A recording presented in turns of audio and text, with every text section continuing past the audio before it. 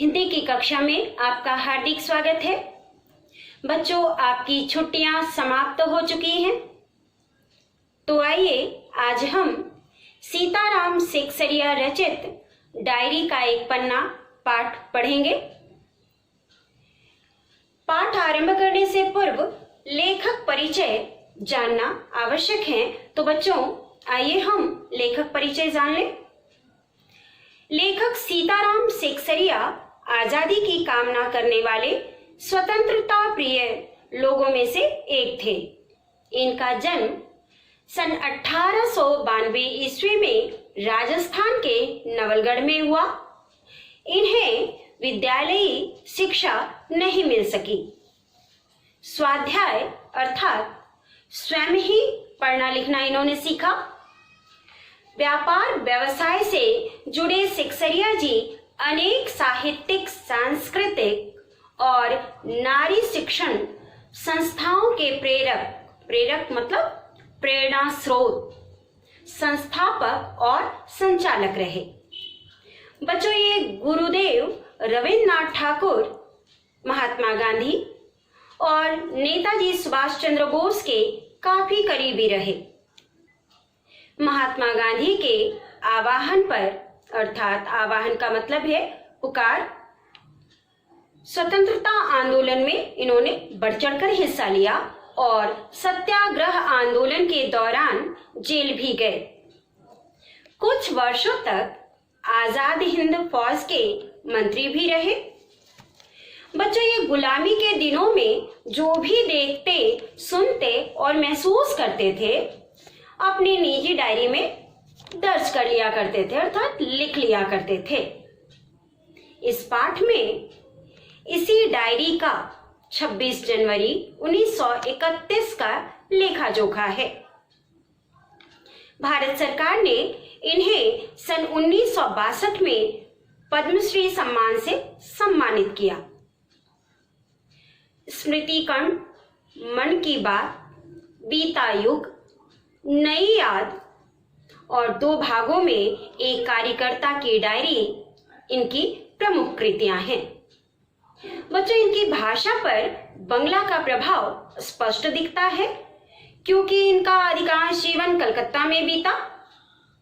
इनकी भाषा भावानुकूल है, यानी भावनाएं जिसमें स्पष्ट तौर से दिखाई देती हैं।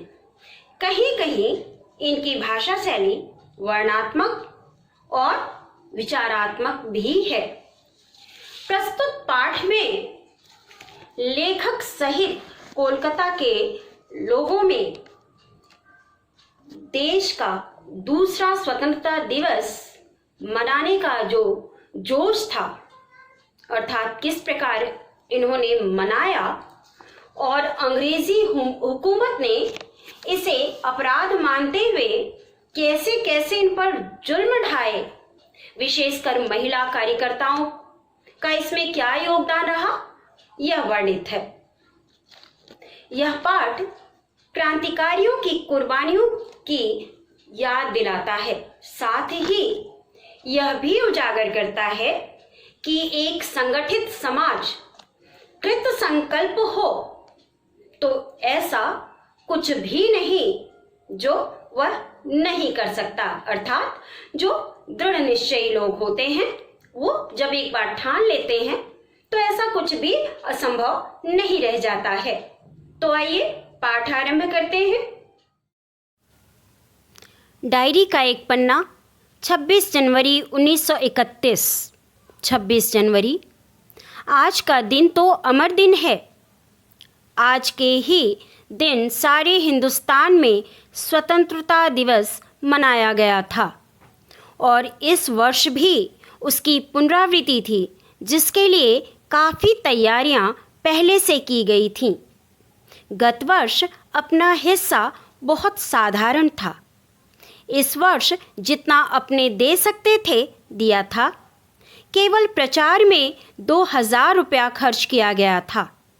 सारे काम का भार अपने समझते थे अपने ऊपर है और इसी तरह जो कार्यकर्ता थे उनके घर जा जाकर समझाया था। बड़े बाजार के प्रायः मकानों पर राष्ट्रीय झंडा फहरा रहा था और कई मकान तो ऐसे सजाए गए थे कि ऐसा मालूम होता था कि मानो स्वतंत्रता मिल गई हो। कलकत्ते के प्रत्येक भाग में ही झंडे लगाए गए थे। जिस रास्ते से मनुष्य जाते थे उसी रास्ते में उत्साह और नवीनता मालूम होती थी। लोगों का कहना था कि ऐसी सजावट पहले नहीं हुई। पुलिस भी अपनी पूरी ताकत से शहर में गश्त देकर प्रदर्शन कर रही थी। मोटर लारियों में गोरखे और सार्जेंट प्रत्येक मोड़ पर तैनात थे। कितनी ही लारियां शहर में घुमाई जा रही थी। घुड़सवारों का प्रबंध था। कहीं भी ट्रैफिक पुलिस नहीं थी। सारी पुलिस को इसी काम में लगाया गया था। बड़े बड़े के पार्कों तथा मैदानों को पुलिस ने सवेरे से ही घेर लिया था। कलकत्ता वासियों के लिए 26 जनवरी 1931 का दिन बहुत ही महत्वपूर्ण था, क्योंकि आज ही के दिन को सारे हिंदुस्तान में स्वतंत्रता की वर्षगांठ के रूप में मनाना था। पिछले वर्ष बड़े ही साधारण ढंग से इस दिन को मनाया गया था, परंतु इस वर्ष कलकत्ता वासियों ने एकजुट होकर काफी तैयारियां की थी। शहरों के प्रत्येक भाग में राष्ट्रीय ध्वज लगाए। कलकत्ता वासी पूरे उत्साह एवं नवीनता के साथ पूरे जोशो खरोश में इस दिन को यादगार बनाने की तैयारी में जुटे हुए थे।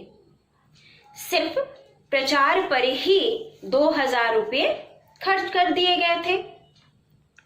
उधर अंग्रेजी हुकूमत यह नहीं चाहती थी कि सभा में भाग लेने वाले कार्यकर्ता और जनता एकजुट होकर झंडा फहराए, इसलिए पुलिस ने बड़े बड़े पार्कों और मैदानों को घेर लिया था। पुलिस ने सभा स्थल को सुबह से ही घेर रखा था। मॉन्यूमेंट के नीचे जहां शाम को सभा होने वाली थी, उस जगह को तो भोर में 6 बजे से ही पुलिस ने बड़ी संख्या में घेर लिया था। पर तब भी कई जगह तो भोर में ही झंडा फहराया गया। श्रद्धानंद पार्क में बंगाल प्रांतीय विद्यार्थी संघ के मंत्री अविनाश बाबू ने झंडा गाड़ा तो पुलिस ने उनको पकड़ लिया तथा और लोगों को मारा या हटा दिया। तारा सुंदरी पार्क में बड़ा बाजार कांग्रेस कमेटी के युद्ध मंत्री हरिश्चंद्र सिंह झंडा फहराने गए, पर वे भीतर न जा सके। वहां पर काफ़ी मारपीट हुई और 2-4 आदमियों के सिर फट गए।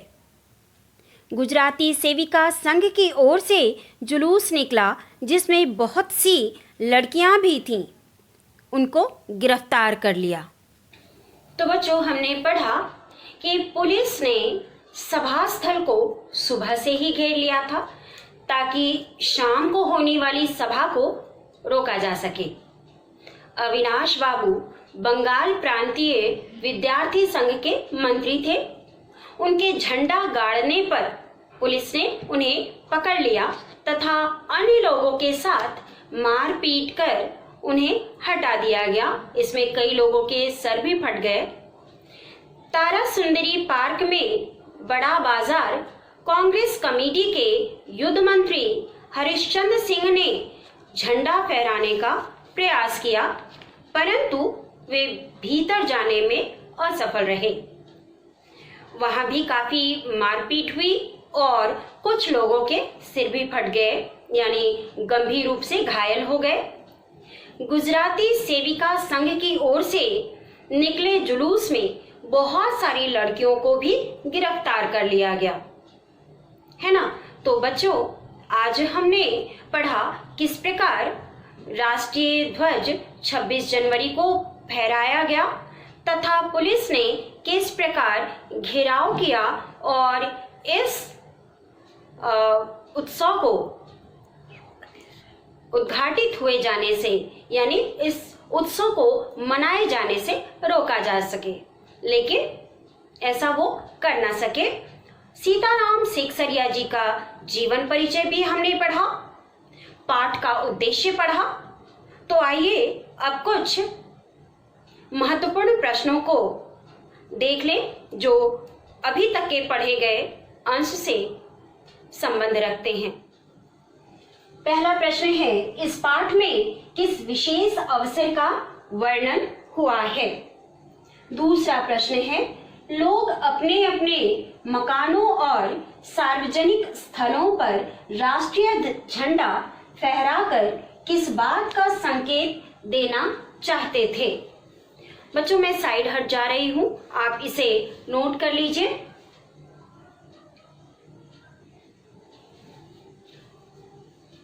आज के लिए इतना ही। आज मैंने जो कुछ भी पढ़ाया है उससे संबंधित प्रश्नों के लिंक मैंने डिस्क्रिप्शन बॉक्स में डाल दिया है। अगर इस वीडियो के किसी अंश को समझने में कठिनाई हुई हो तो कमेंट सेक्शन में अवश्य कमेंट करें ताकि मैं आपकी सहायता कर सकूं। धन्यवाद।